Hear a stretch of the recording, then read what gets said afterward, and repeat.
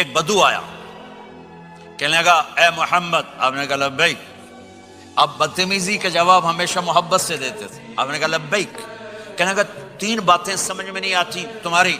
آپ نے کہا کیا؟ کہ تم کہتے ہو ہم باپ دادے کا دین چھوڑ کر تیرے دین پر آئیں گے، ہم کیوں چھوڑیں گے؟ اچھا، اور کہ تم کہتے ہو روم فتح ہو جائے گا، ایران فتح ہو جائے گا، اتنے بڑے بادشاہ تیرے فقیر بندے کیسے فتح کریں گے؟ اچھا، تیسری کہ تم کہتے ہو مر کے مٹی ہو کر پھر زندہ کیے جائیں گے۔ کون زندہ ہوا ہے آج تک؟ کوئی بیو دادا ساڈا اٹھی تھے قبریں سارے موئے پہ کتھوں آ گئے؟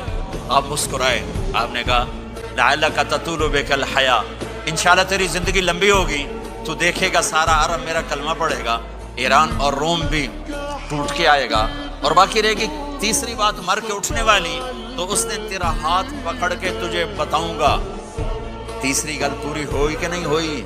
وہ کہنے لگا میں نہ مانوں، بڑا کوئی تکڑا ہے، واپس ہی ٹر گیا۔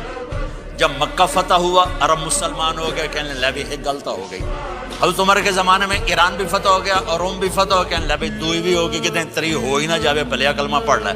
تو اس نے کلمہ پڑھا اور ہجرت کر کے مدینے آ گیا اور زندگی مدینے گزاری۔ حضرت عمر جب وہ آتا ان کی مجلس میں، حضرت عمر اس کو فل پروٹوکول دیتے، تو صحابہ حیران ہوتے، ایک بدو کے لیے عمر جیسا بندہ پروٹوکول کیوں دیتا ہے؟ تو ایک دن انہوں نے فرمایا میں تمہیں بتاؤں میں سے کیوں پروٹوکول دیتا ہوں؟